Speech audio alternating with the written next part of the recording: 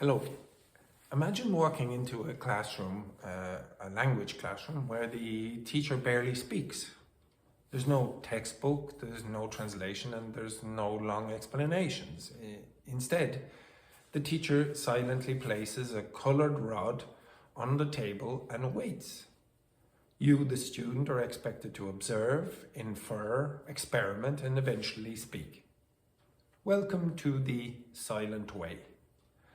Developed in the 1970s by Caleb Gattegno, the silent way is a radical departure from most other teaching methods. It's based on a few core beliefs. First, the teacher should do less so that the learner can do more.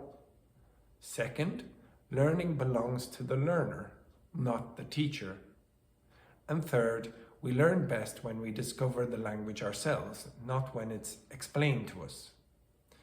In practice, the silent way uses minimal teacher talk.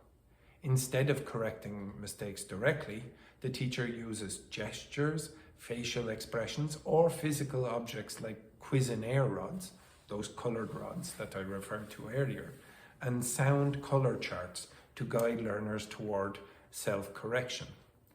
The aim is for learners to become independent, reflective, and self-aware users of the language.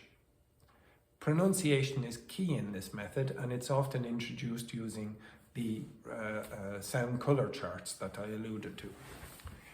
Each sound in the target language is linked to a color, so students can experiment with producing and distinguishing sounds before even writing or reading them. Grammar is not explicitly taught, it's induced from use, and vocabulary is limited early on to promote control and mastery of structures. Lessons in the silent way are often quiet but intensely focused. Students speak more than the teacher. They collaborate, they solve problems, they build utterances from scratch. And through this process, they own the language they're building. Of course, the method has its critics. It can feel uncomfortable for learners who prefer structure, explanation, or reassurance. It also demands a great deal of preparation and improvisational skill from the teacher, who must guide without controlling.